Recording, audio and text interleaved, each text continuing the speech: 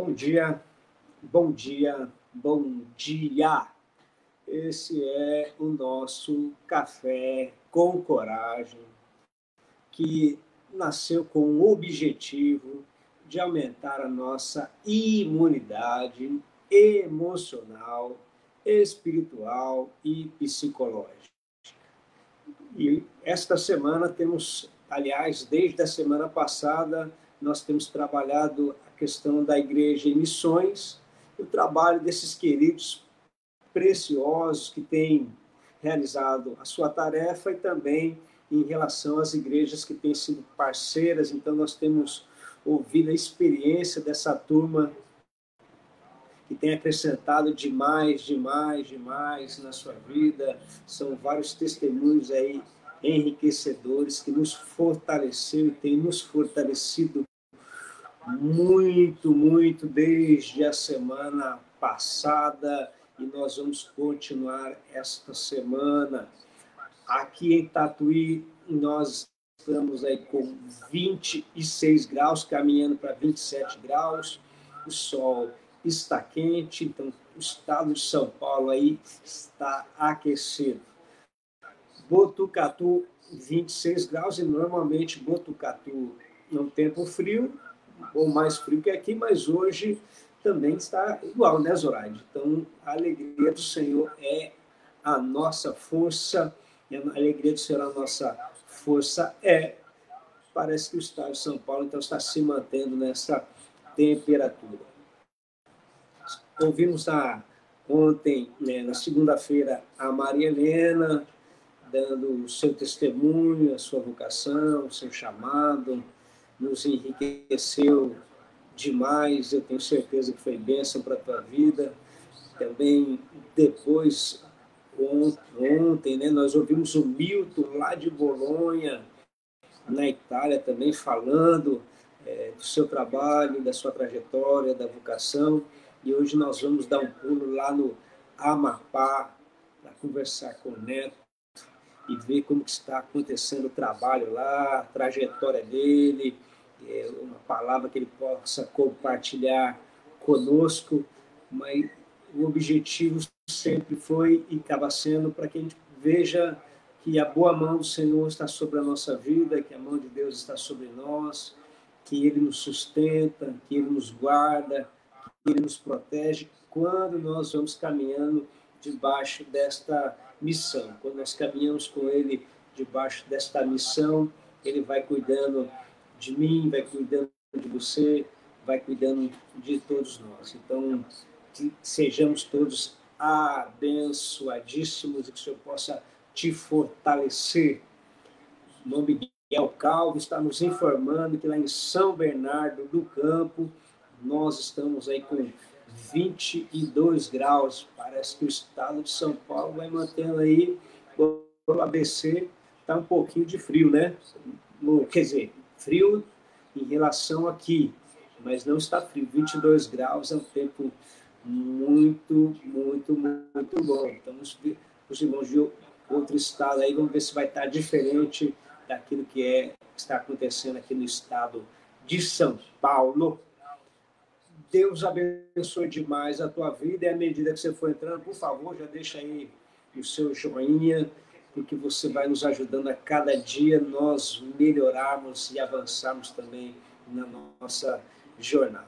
Então, sem perder um pouco do tempo, nós vamos já convidar aqui o Neto para estar conosco. Você vai conhecer o Neto, vamos conhecer o Neto, mais da sua família, nós vamos conhecer o Neto da sua trajetória, e eu tenho muita convicção de que a tua vida vai ser muito abençoada, como a minha também vai ser, porque nós vamos ver aí esse Deus nos fortalecendo, né, nos ajudando, e ajudando essa turma preciosa, está também nos ajudando, né?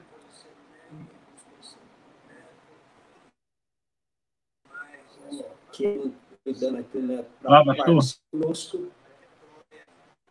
Olha aí, essa figura aí, gente boa. Gente de mata, né? Tem que botar o óculos aqui, o pessoal começou a falar de... Amigo. Graças a paz, pastor, tudo bem? O pessoal falando de calor aí, 22 graus tá quente, vocês não têm noção do que é quente, não, gente. Eu nesses, Que é a eu nesses anos, temperatura aí, meu amigo? eu nesses anos todos que eu estou aqui em Macapá, eu nunca vi 22 graus. Nunca vi. Já chegou a 23, É, 24, 22 só quando a gente abre a porta da geladeira, assim, aí a gente sente aquele a 20 graus, já até a geladeira é quente. Nós estamos com 31 graus aqui não, agora de manhã, com sensação térmica de 37. uau, não tem nenhum ventinho, então, para ajudar. Não, não tem nem. As árvores estão derrubando, aí piora, nem sombra tem, mas até a sombra, quando você está, é quente. Aí se chover, piora, porque a garoa bate no asfalto, sobe aquele calor. A gente, aqui, hemisfério, aqui no Amapá, é hemisfério norte, né? Então nós estamos no verão aqui. Apesar de estarmos no Brasil, a gente está no Aí é verão. muito. Aí aqui é clima equatorial também, né? Aqui você não tem outono e nem primavera. Só tem verão e inverno. O fato de ter inverno também não quer dizer que é frio, porque mantém o clima equatorial mantém-se quente com temperaturas amenas, mas amenas assim, ainda continua quente e abafado. Então é muito parecido com o Mato Grosso aí também, porque o Mato Grosso aqui é na sombra tá quente. Manaus, Belém, Pará, né? Acho que alguma parte do Pará ainda que está ali um pouco mais acima. Quem está próximo à linha do Equador, Macapá é a única cidade que é cortada pela linha do Equador. A gente tem um monumento Marco Zero aqui, que divide o hemisfério em norte e sul. Tem um campo de futebol que um time joga no hemisfério norte e o outro time joga no hemisfério sul, que o campo fica cortado, o meio do campo é cortado pela linha do Equador. Olha que bacana. É, Muito é bem bacana. curioso, bem Então fala, curioso. apresenta aí. Ah, pode continuar. Não, é só isso mesmo, é bem curioso mesmo essa questão do campo de futebol. É, sim, muito curioso. Eu acho que no Brasil eu não sei se tem outra realidade dessa. Não, a gente vai ter em Roraima, a linha do Equador ainda corta Roraima, só que não passa na capital, né? A única capital mesmo que tem esse monumento é o Amapá, que Roraima passa, mas passa em outra cidade, que Boa Vista já está bem para cima da linha do Equador. Ah, ok, ok. Então, apresenta para nós a tua família aí, tua esposa, as filhas. Fala para o nosso povo aí qual é o nome deles, idade, tudo. Fala para nós aí. Sou casado com a Liliane. Liliane é assistente social, hoje ela está num treinamento ali de prevenção ao suicídio. Já há 13 anos, agora em dezembro, a gente faz 14 anos de casado. Já faz uma boa estrada, viu? Apesar de que a gente casou novo, eu também não sou, eu só tô estragado mesmo, mas não tô tão velho. Eu tenho 35 anos, ela tem 38, e a gente tem duas filhas, a Luciane, de 11, e a Luciana, de 6. Botei nomes fáceis para não ter problema de esquecimento. Então é Luciane e Luciana, e resolveu. A gente teve mais outros dois filhos, mas foram gestações, uma perdeu ainda, estava grávida, e a outra menina nasceu, mas ela faleceu logo depois, ela faleceu, 4 dias depois ela faleceu. Um estaria com 13, 12 anos e a menina estaria com 8. E aí ficamos com duas garotinhas. Era um menino, os outros dois que perderam eram um menino e a menina.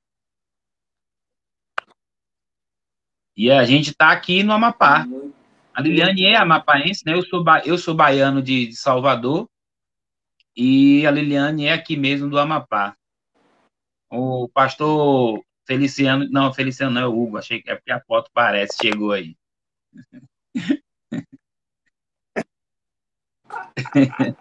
É, hoje só temos personalidade aí. A gente com compartilhando. O Marco Feliciano, que entrou agora, aí já um abraço para a galera. Tá certo. Ô, Netão, E aí fala a gente para está nós da aqui. tua trajetória.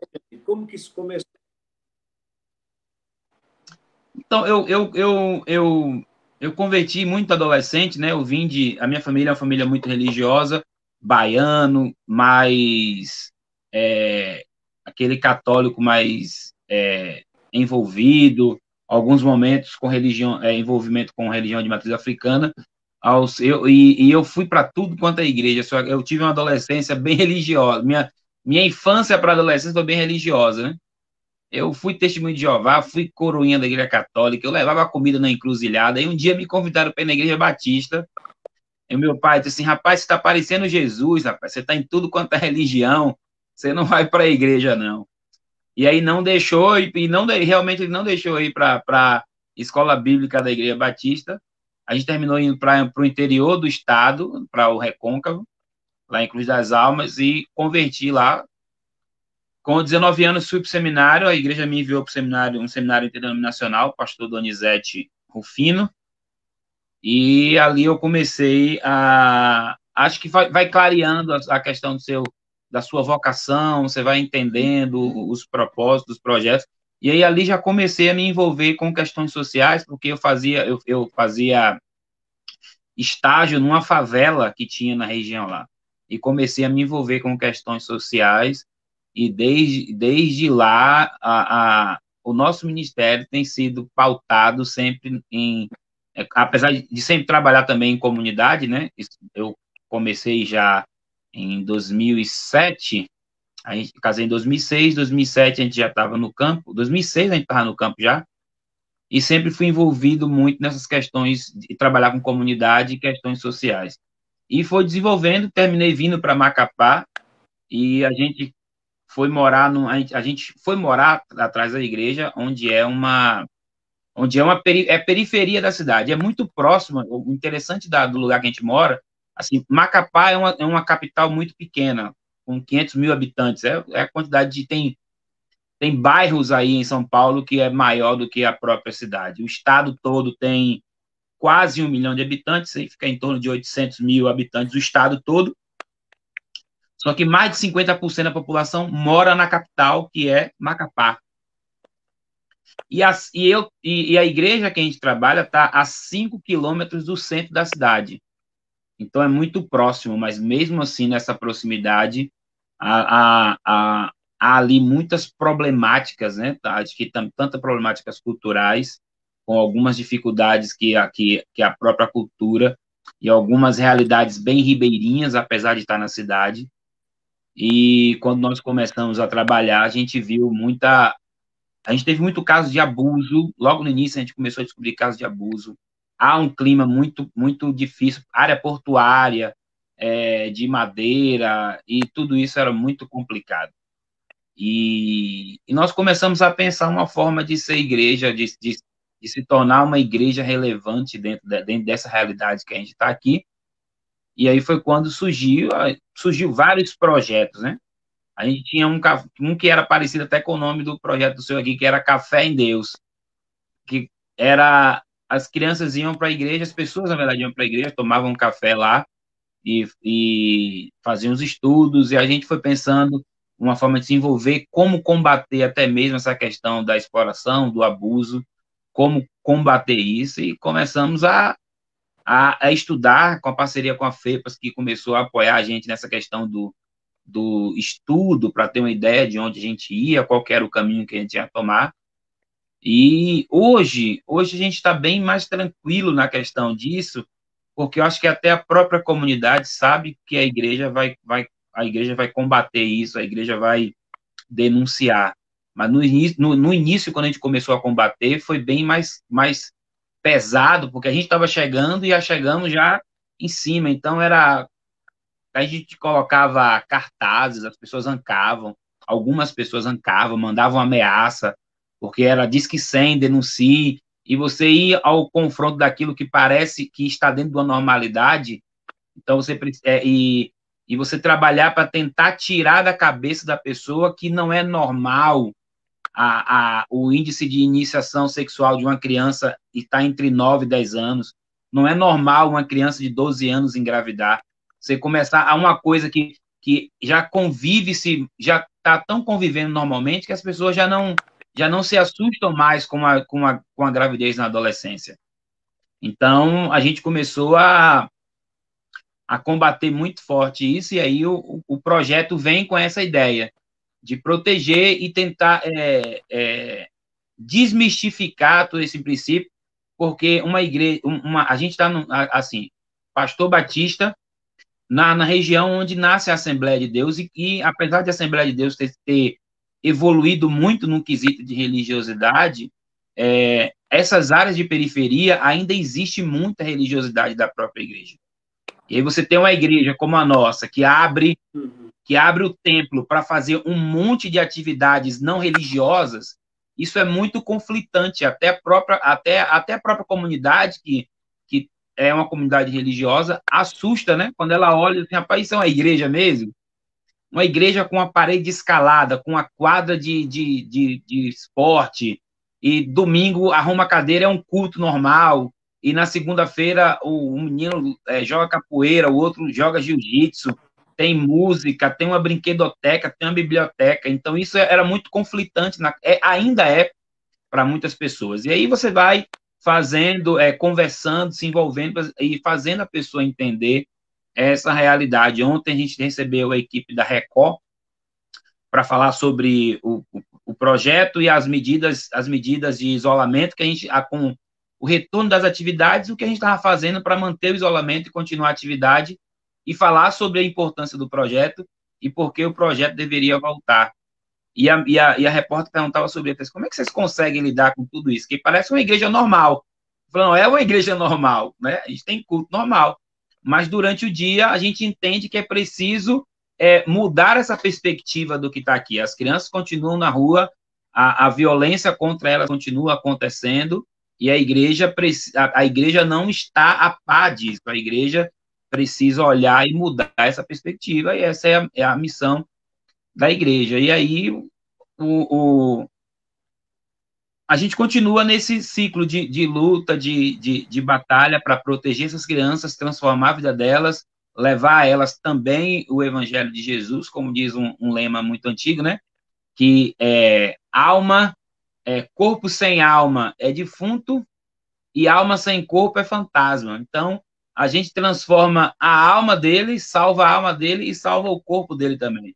Então, não é só a alma do cidadão que vai ser transformada, né? Mas o seu corpo como um todo, a sua proteção, seja ele adulto, seja ele uma criança ali. A gente atende através de ações sociais, a gente atende de 0 até 100 anos.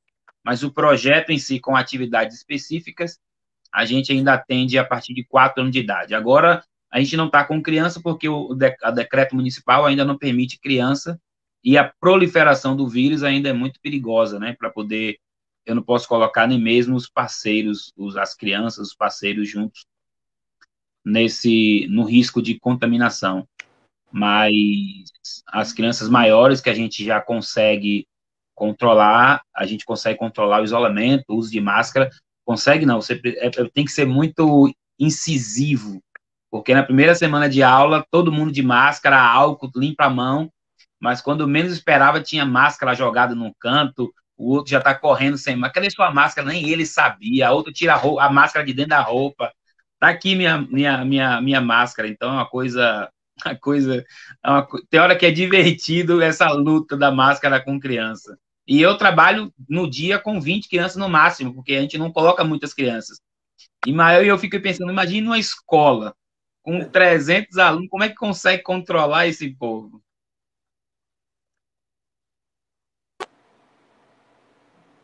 É bem isso mesmo.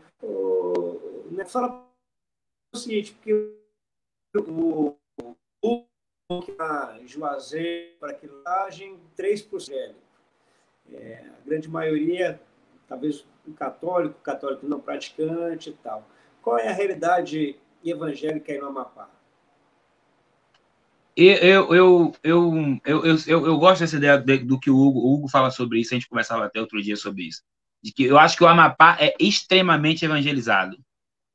Nós temos um número grande, é casa da Assembleia de Deus, aqui a Assembleia de Deus aqui também é centenária. Você tem a rua, para o senhor ter ideia, a rua da igreja, a rua que a igreja está, que ela tem 900 metros, ela tem 10 igrejas evangélicas e uma igreja católica. Então, fora, assim, é porque é difícil de entender, mas eu tenho uma rua de asfalto onde passa a igreja, e ao lado dessa rua são ramificações de madeira, palafitas. Então, no meio dessas palafitas, não falta, e tem mais igreja que gente, sem contar em toda a cidade. Então, é uma cidade evangelizada, como tudo, assim, é muito diferente do Nordeste brasileiro e muito diferente das comunidades do Amazonas, que tem muito mais dificuldade de ter igreja, é muito mais difícil. Então, a cidade, o estado em si é muito evangelizado, a Assembleia faz um trabalho sensacional de evangelização. Por outro lado, eu penso que a igreja se fechou tanto nessa questão de ser uma igreja para si, uma igreja que apenas chama, né, ela chama para dentro dela mesmo, mas não é uma igreja que vai. Então a gente terminou se fechando, apesar de ter 9 igrejas, 10 igrejas no geral na nossa rua, nós continuamos morando numa das piores ruas da cidade. Quando aqui tem uma expressão que diz o seguinte: você vai para onde? Vou para Perpétuo Socorro, que chama Perhelp, né? De Perpétuo Help de socorro. Aí a expressão que usa é me rouba logo, porque o índice de criminalidade é grande, os problemas do bairro continuam sendo grandes, e é um lugar que tem muita igreja. Então, alguma coisa tem que estar errado. Eu lembro que um pastor disse assim: a sua igreja, ele chamava a minha igreja de igreja de peixe pequeno. Eu falei, aí ele não falava para mim, falava para os outros: aquela igreja ali é igreja de peixe pequeno, porque tinha muita criança. E uma vez eu tive a oportunidade de falar com ele, eu falei: pastor, a gente tem 10 igrejas na nossa rua, e de vez em quando fecha uma, abre 2. Tem mais igreja que buraco no asfalto da cidade. Mas olha a realidade do nosso bairro, continua sendo uma realidade que continua estando lá nos jornais da cidade, os jornais de matéria de criminalidade continuam falando. Então, alguma coisa está errada. Aí a gente vai pensar até que ponto ela foi realmente evangelizada. Será que se o nosso problema é só falar que Jesus salva, isso está cumprido. Agora, que essa evangelização trouxe uma mudança real para o ser humano e para a sociedade, isso realmente é muito frustrante.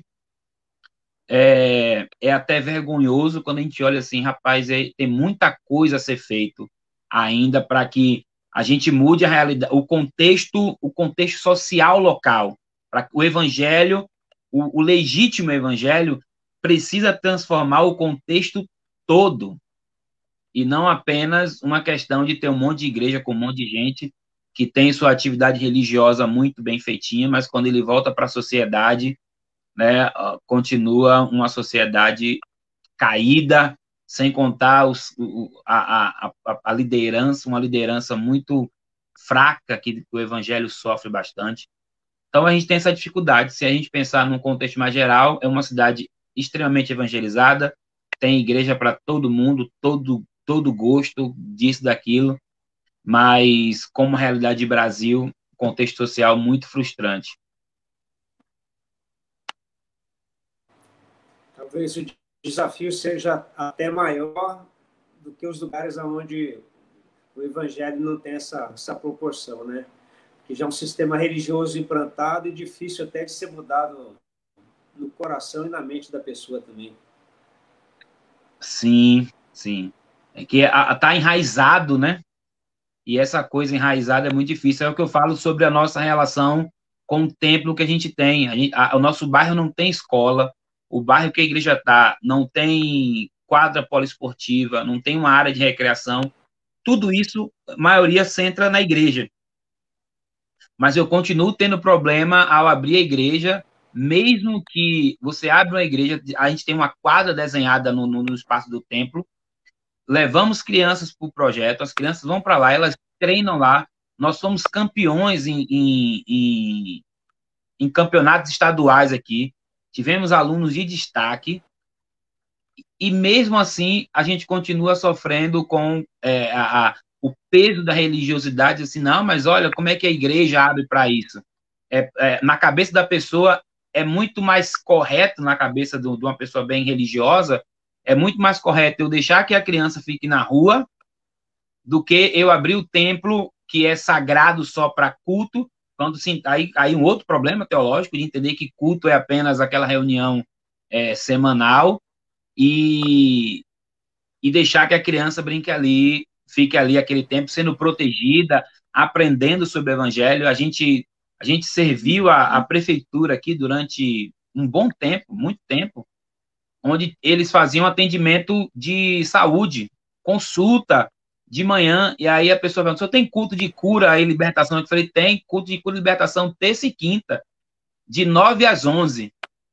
Culto na terça e quinta não é o pessoal da prefeitura? Eu falei, é isso mesmo, o médico vem e vai te dar a cura, o médico vai te dar o remédio, vai te atender, é o nosso culto de cura. Você pode vir para o culto de cura aqui, que vai ter médico, enfermeiro, e a prefeitura vinha, atendia, vacinação na igreja, e graças a Deus a gente orou por muito tempo por isso, para conseguir um posto de saúde, e eles conseguiram no bairro vizinho ao lado, né? Mas não é tão longe, e aí organizaram a UBS lá e resolveu. Mas por muito tempo a igreja servia, e as pessoas ainda achavam estranho. Você vai chegar na igreja, aí você chega na igreja, encontra médico atendendo gente deitada, eu falei, mas é a igreja, isso é a função da igreja.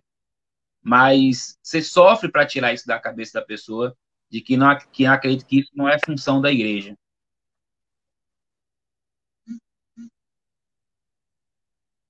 Tem uma pessoa fazendo uma pergunta aí, a Lili. A Lili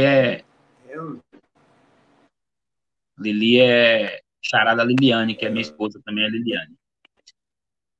Eu posso responder aqui, pastor? Ela está perguntando se tem algum trabalho voltado para estrangeiro. Macapá não tem. Nós estamos a 600 quilômetros da Guiana Francesa. Aqui é o inverso.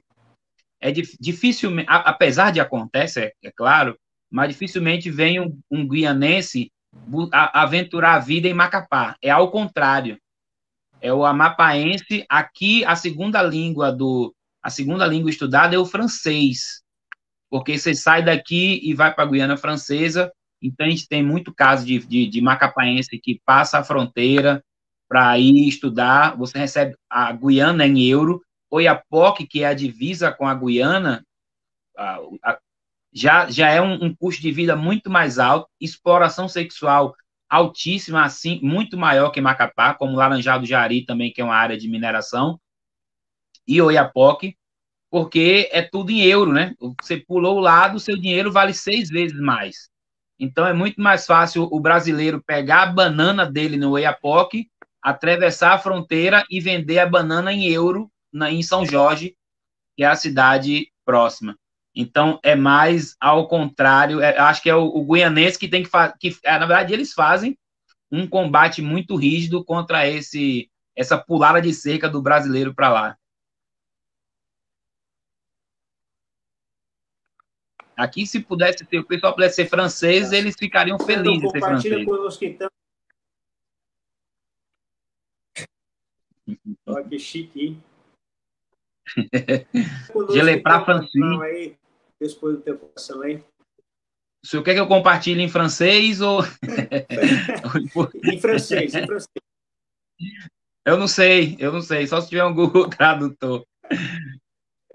Olha, eu pensei sobre isso, acho que sobre nossa realidade, a gente pensar um pouco sobre uma igreja que não consegue se esconder, uma igreja que não se esconde. E o texto de Colossenses, capítulo 1, versículo 20, ele diz que havendo por ele feito a paz pelo sangue da cruz, por meio dele reconciliar-se consigo mesmo todas as coisas, tanto as que estão na terra como as que estão no céu.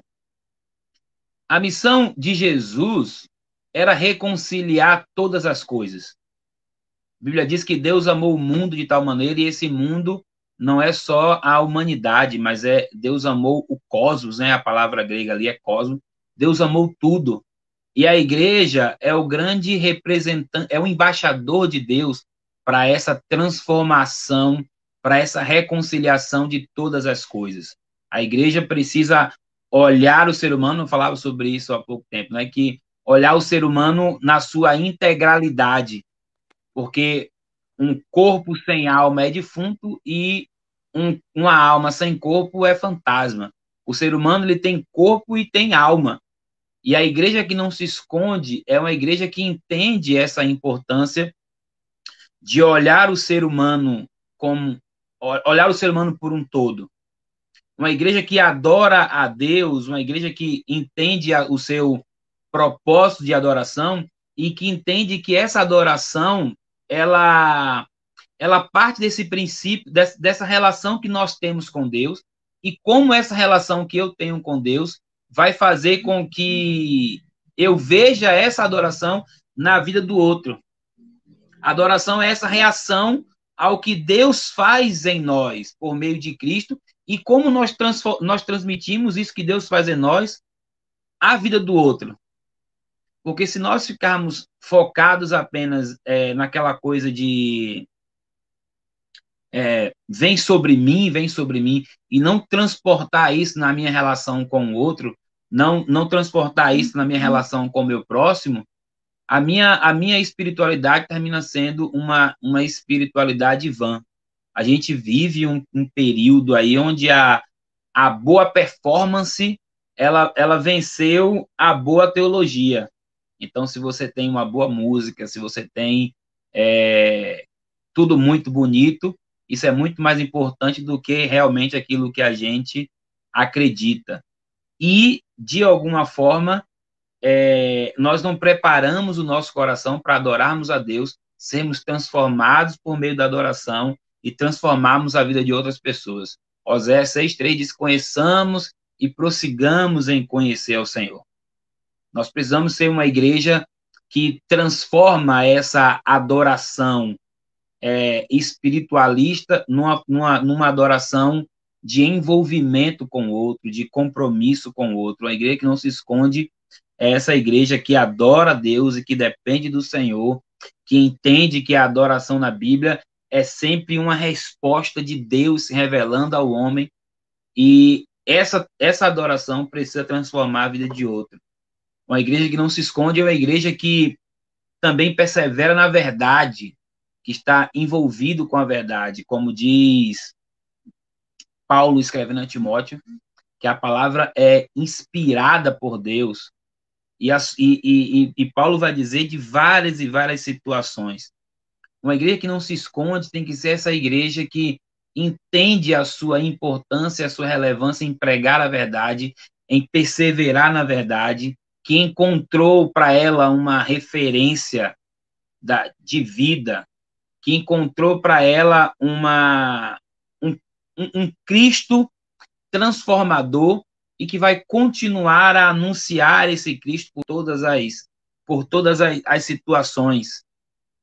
E esse desejo de perseverar na verdade vai muito além e está muito além de apenas uma boa intenção. Uma igreja que não se esconde, ela pensa menos nela e pensa mais no outro. E é um desafio tão constante para nós, porque normalmente nós estamos pensando em nós. O ser humano tem a sua luta interna constante do seu narcisismo, de pensar em si, e às vezes termina não pensando no outro, não se preocupando com o outro. E às vezes ele vai atrás da sua própria verdade, vai atrás da sua própria realidade. E sem critérios, sem envolvimento, sem um compromisso, ela termina perdendo a sua verdade, perdendo o seu sentido, como a própria Bíblia diz, que nós somos sal e luz para iluminar, para dar sabor e para iluminar. E nós precisamos pensar de sermos uma igreja, não só uma igreja institucional, mas também uma igreja como pessoa, que ilumina, que traz vida, que traz transformação para a vida do outro. É uma constante guerra, né, que a gente tem de fazer com que o outro entenda essa importância de se envolver, de entender de que há alguém do outro lado ali que precisa ser transformado por meio da minha vida, que eu preciso me colocar à disposição de Deus. Uma igreja que não se esconde é uma igreja que evangeliza. E a Bíblia acha interessante o texto de Mateus 28, que a gente é famoso: ide, portanto, e pregar o evangelho a todas as pessoas, ensinando-os a guardar todas essas coisas, ensinando, batizando em nome do Pai, do Filho e do Espírito Santo. Mas, apesar de o ide ser bem famoso no texto, ele fala que a gente tem que ensinar a guardar todas as coisas. E quando a gente fala de guardar todas as coisas, a gente precisa entender esse sentido de que entender o sentido desse todas as coisas. Porque a própria igreja termina confundindo a sua natureza. Eu acho interessante quando a Nauzira Nascimento fala no livro Evangelização versus Colonização, do risco enorme, acho que está até ali atrás, aqui atrás. Acho interessante que ela fala sobre esse perigo que a gente tem, às vezes, de colonizar o outro e de não trazer para ele uma liberdade, de não trazer para ele uma mudança real de vida, e a gente terminar tomando posse do outro. Nós chamamos a gente vive uma coisa tão, a gente confunde tão essa natureza da igreja, que a gente vive nessa guerra de chamar de igreja o que é templo, de chamar de templo o que é igreja, e a gente diz que vai para a igreja, depois, não, a gente não vai para a igreja, a gente é a igreja, e a gente vive essa confusão, né? Essa confusão. A gente institucionaliza, por muitas vezes, a nossa própria igreja, e a gente perde essa noção de que nós somos uma comunidade dos salvos, somos uma comunidade de salvos para transformar pessoas, para transformar vidas, para mudar realidades, para transformar realidades, para proteger dentro da perspectiva e realidade de cada uma. No nosso caso aqui em Macapá, nós temos uma perspectiva, talvez é peculiar do nosso trabalho, mas tem gente em outros lugares fazendo trabalhos relevantes, fazendo dentro das suas peculiaridades, mas estão lá comprometidas a isso, estão comprometidas a mudar. E a gente corre esse risco nesse processo de evangelização, de apenas chamar para dentro e não fazer como Jesus disse: agora vá, transforme vidas, continue multiplicando. E nesse processo de evangelização, é importante nós pensarmos sobre o nosso testemunho. Acho que o nosso testemunho é muito importante nesse processo de evangelização. Não faz sentido você ter um projeto social como a gente tem, não faz sentido você ser uma igreja com uma performance fantástica, ter uma adoração olhando uma perspectiva musical sensacional, mas na segunda-feira a gente volta a ser uma pessoa comum, que envolvido no seu dualismo, né?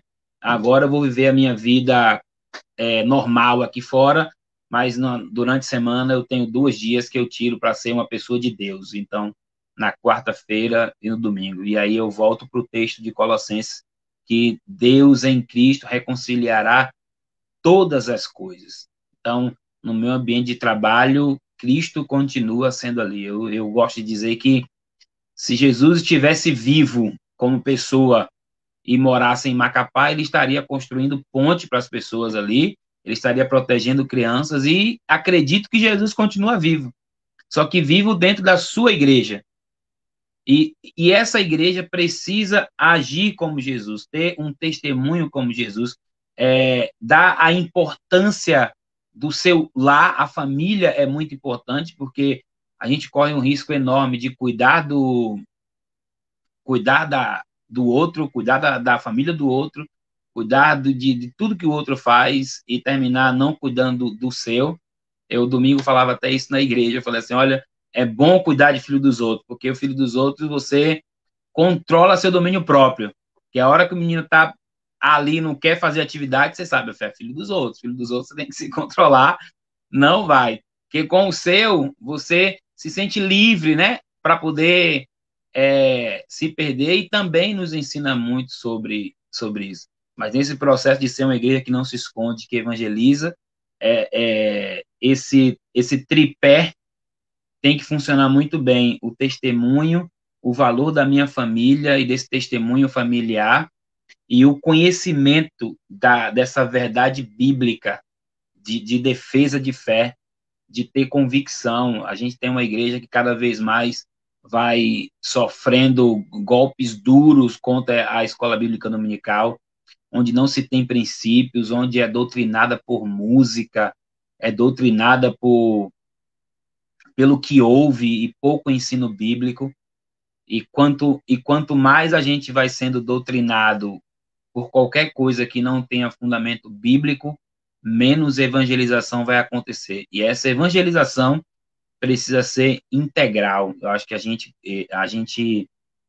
entende isso bem aqui e pensa dessa forma. Nós temos hoje metade da diretoria da igreja são de jovens adolescentes que cresceram na igreja, que cresceram no projeto, ficaram adultos, estão aprendendo sobre uma igreja congregacional, estão desenvolvendo seus ministérios, estão avançando, eram crianças até outro dia ali, com pouca responsabilidade, hoje já entendem isso, e eles estão tentando olhar outras pessoas, mas também não estamos pensando apenas nessa questão institucional. Tem muita gente que passou pelo projeto.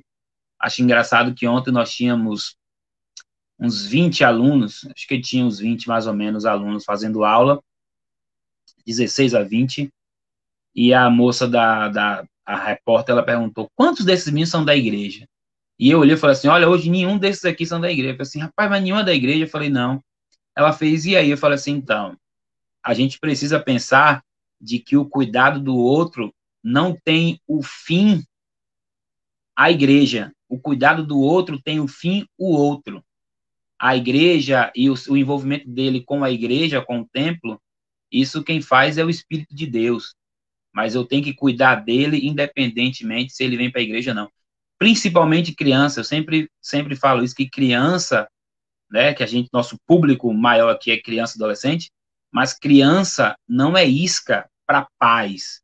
Não se cuida de criança com o objetivo de vamos cuidar da criança para que o pai venha para a igreja. Isso é o cúmulo do egoísmo de uma igreja, cuidar de uma criança apenas pensando no pai. Eu cuido da criança porque a criança é uma alma que precisa ser cuidada, que precisa ser zelada da melhor maneira possível, que nós faremos o melhor possível para ela, quer o pai dela venha ou não, quer o pai dela goste da igreja ou não, eu vou fazer o melhor possível para ela. E isso, às vezes, é muito confrontador, e além de confrontador, você precisa todo dia estar pensando nisso para que você não se perca. Opa, vamos cuidar do filho de família, porque a família dela vai vir. Pensar dessa forma, quando a gente pensa dessa forma, é que a nossa igreja perdeu o sentido de ser igreja. Porque a gente começou a cuidar do outro pensando em nós. Né? Nós não podemos fazer projeto social, nós não podemos ajudar com ações emergenciais aí durante a pandemia, com as cestas básicas, simplesmente porque nós queremos que essas pessoas venham para a igreja. Nós não queremos? Claro que nós queremos que ela encontre a luz, mas o fim é cuidar dela. O ser humano é importante, precisa ser cuidado sem um pensamento contrário e pessoal. Acho que essa é a ideia de uma igreja que não se esconde, uma igreja que adora, uma igreja que é luz, uma igreja que está firmada na verdade e uma igreja que evangeliza. Você está por aí, pastor? Tá, né?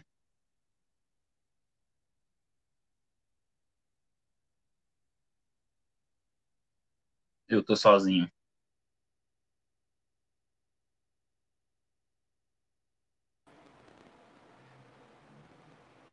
Aí tá voltando aqui, ó. É a internet. Será que desligou e eu estou falando sozinho, mano? Não, tô aqui sim. Não, acompanhando direitinho aqui todo o seu pensamento, a visão corretíssima. É uma grata surpresa ver uma igreja nossa aí numa Macapá com um propósito realmente bem definido, né? Um objetivo bem definido. Deus abençoe demais por essa visão e mantenha realmente ela, ser esse sal da terra. Eu gostei muito dessa colocação que você falou a respeito de trabalhar as crianças pensando nos pais, né? Um trabalho realmente bem egoísta muito. E agora, Isso é passando a muito pandemia, qual é complicado. o pensamento? Nós voltamos, assim, Aliás, nós até voltamos às você. ati- nós voltamos às atividades desde Pode agosto, nós continuar. começamos a voltar, voltamos com algumas atividades, começamos com as aulas de dança, que a gente tinha já no semestre passado, o que a gente conseguia manter distanciamento, a gente voltou, né? Aos cultos, nós voltamos também em agosto, começamos a voltar em agosto, e também transmitimos pela internet, e, e aí, quando foi há 3 semanas atrás, 2, 3 semanas atrás, nós voltamos com outras atividades. Nós temos atividades de culto quarta, sábado e domingo, estudo bíblico na quarta, sábado tem atividades de jovens e adolescentes e domingo o culto, a celebração normal no domingo à noite. E as atividades do projeto, nós continuamos elas com terça, quarta, quinta e sexta. A gente tem os esportes, terça e quarta, quinta tem dança, e na sexta a gente tem tipo um cinema que a gente faz com passa filme, coloca as cadeiras com distanciamento e abre um telão lá. Difícil ir para o cinema aqui, então nosso cinema é sucesso. Toda sexta-feira o cinema é sucesso, os meninos gostam pra caramba dos filmes lá. Tem vezes que aparece os filmes da Comev, eu falo com o rapaz, o irmãozinho lá que é voluntário, falo, rapaz, esses filmes são antigos, meu amigo. A Comev nem deve existir mais. Ai, que maravilha, maravilha. Então, aí a Jussara está perguntando aí, rapaz, como é que foi que iniciou esse projeto aí? Conta O o pai da projeto, criança ou a mãe da criança aí. o projeto iniciou de uma menina que uma vez chegou para a gente e ela falou que ela tinha sido abusada aos 8 anos de idade. E quando ela contou isso para a gente desmoronou, porque a gente não tinha nem ideia do que era abuso sexual, a gente era novo, né, mais novo ainda, então não tinha nem ideia do que era aquilo. Eu busquei algumas ajudas, e aí, assim, para saber como que resolver aquilo, como fazer aquilo, como que tinha que resolver aquele problema ali. Só que dessa uma começou a duas, três, quatro, e chegamos a alguns outros casos que a gente ficou sabendo, e aí a gente foi pensar, alguma coisa precisa ser feito, porque a igreja é o sal da terra, e o sal, ele barra a corrupção. A carne de sol, é só botar sal nela que ela não apodrece mais, né? Então a igreja tem que barrar essa corrupção. Então a gente começou a fazer um projeto para pegar as meninas, trazer para a igreja e protegê-las de alguma forma. Então começou, uma irmãzinha fazia coisa com caixa de leite com 7 meninas. E aí a gente foi estudando. Quanto mais estudando, mais o projeto desenvolvendo. E aí, com o tempo integral, a gente começou a fazer. Chegamos em um período do projeto, nós chegamos a ter 120 participantes. 120 participantes de todas as atividades. Depois a gente começou a uma coisa mais focada, onde ele passava a semana toda com a gente. A gente chegou a ter quartos que dava assistência em caso de abuso, parceria com o Conselho Tutelar. Chegamos a ter tutela de algumas meninas que chegaram a morar com a gente nesse período, para proteger. Então, com essa menina, todas as outras terminaram sendo cuidadas, e meninos também. Foi dessa garotinha que surgiu tudo. Uau, uau. Pois é. Como que é o nome da garota? Eu não vou dizer o nome dela, porque senão eu termino quebrando a privacidade, porque cada situação que aconteceu com ela. Não, não, não. Mas Não, chame não. ela chame ela de Cristina. Sim, não, não. Me perdoa. Não, me perdoa. Me perdoa. Eu fiquei empolgado porque, assim, através dela surgiu, não liguei o fato, me lembrei Sim, sim. de surgir o projeto através da vida. Que fantástico. É, Usou a talvez a história dela situação triste dela, de morte. a história dela, na época, a gente ficou muito sem rumo. Eu escrevi uma carta para a convenção na época. A carta dizia Macapá, Índia brasileira. Eu falava assim: olha, na Índia a gente está comprando as meninas. Aqui em Macapá está batendo na porta, eu não sei o que eu estou fazendo, não sei o que fazer. E a gente abriu o quarto e abriu um quarto para dar suporte e apoio.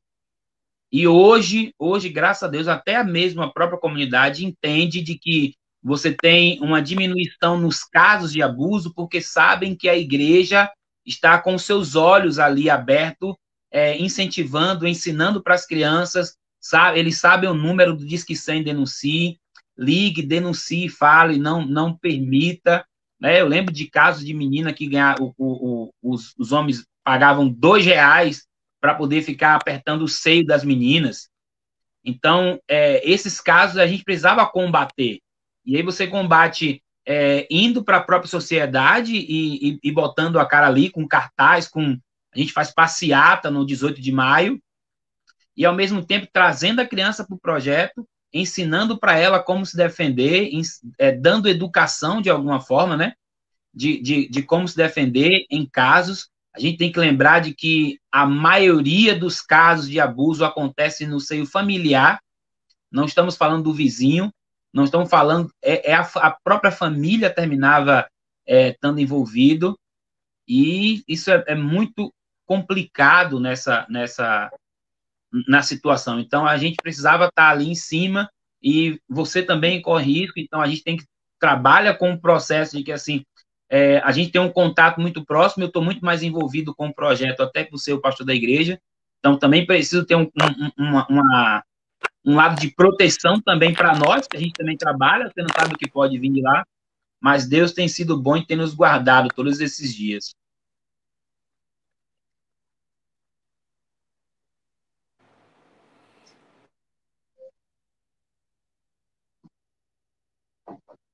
A internet é minha ou do senhor? Meu amigo, tinha uma ideia de um trabalho tão relevante. Louvo a Deus pela sua vida, Graças a Deus. família, por essa visão maravilhosa que veio no momento de sofrimento de uma pessoa, né? Mas que hoje, ontem eu vi o Milton falando a respeito de situações de morte que era a vida. Agora, uma situação dessa que gerou aí uma igreja extremamente relevante, e já foi pedido aqui, eu acho que você vai ter que voltar mais aqui no Café com Coragem, porque esse Café com Coragem foi uma sustância grande para nós, viu? Que bom, eu estou à disposição, é só chamar que a gente vem na hora. Okay. Vai ser um prazer enorme compartilhar e poder falar mais sobre isso.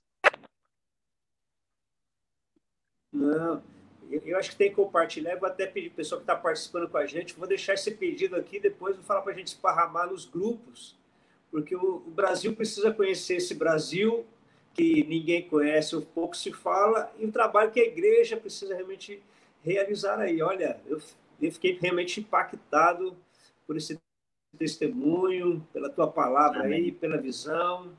Que Deus dê muita saúde e força para vocês também, né? Amém. Precisamos. Bastante. Maravilha. Quanto tempo que vocês estão aí mesmo, Neto? São 8 anos. 8 anos. Eu sempre faço as contas, mas é 8. 8 anos. 8 anos. 8 anos. Queridão, Deus abençoe muito. Muito obrigado aí por ter aceitado esse desafio. Eu vou marcar para você voltar de novo, para você compartilhar mais dessas experiências também e das necessidades também, viu, queridão?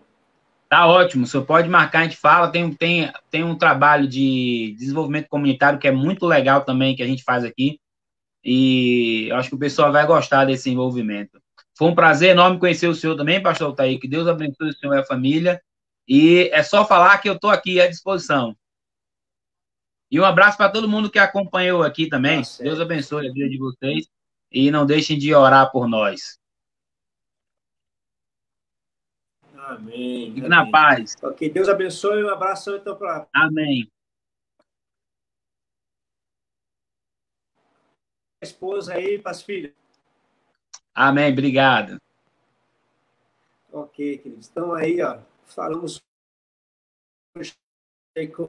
com o Luiz Neto, que nos abençoou muito nesta manhã e nos fortaleceu demais. Eu tenho convicção aí de que você também foi muito, muito, muito, muito abençoado nesta manhã, foi fortalecido no Senhor.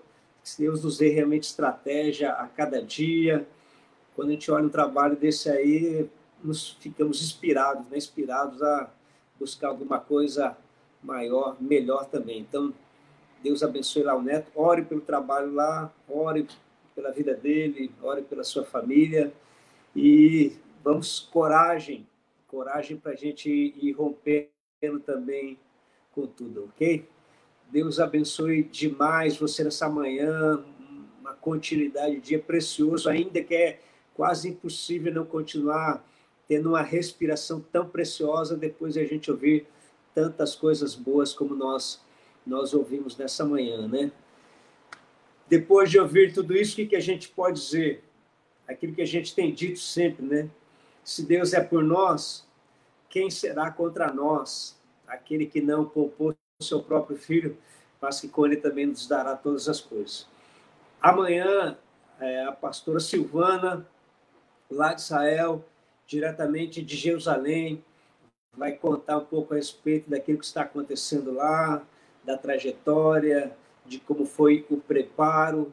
Então, na verdade, tem sido aí enriquecedor no meu coração. Eu acho que o seu também tem se alegrado demais e ver que, mesmo em meio a toda essa situação, Deus tem levantado um povo diferenciado e você faz parte dessa igreja da qual o Senhor tem chamado para este tempo e para essa geração.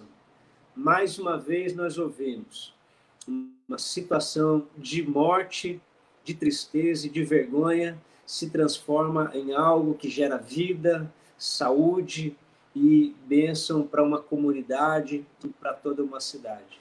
Então, que o Senhor nos dê graça, né? Nos dê graça para nós continuarmos aí a nossa jornada. Deus abençoe a sua vida. Mais uma vez agradeço por participar neste café com coragem e eu vou esperar você mais uma vez amanhã às 10 horas.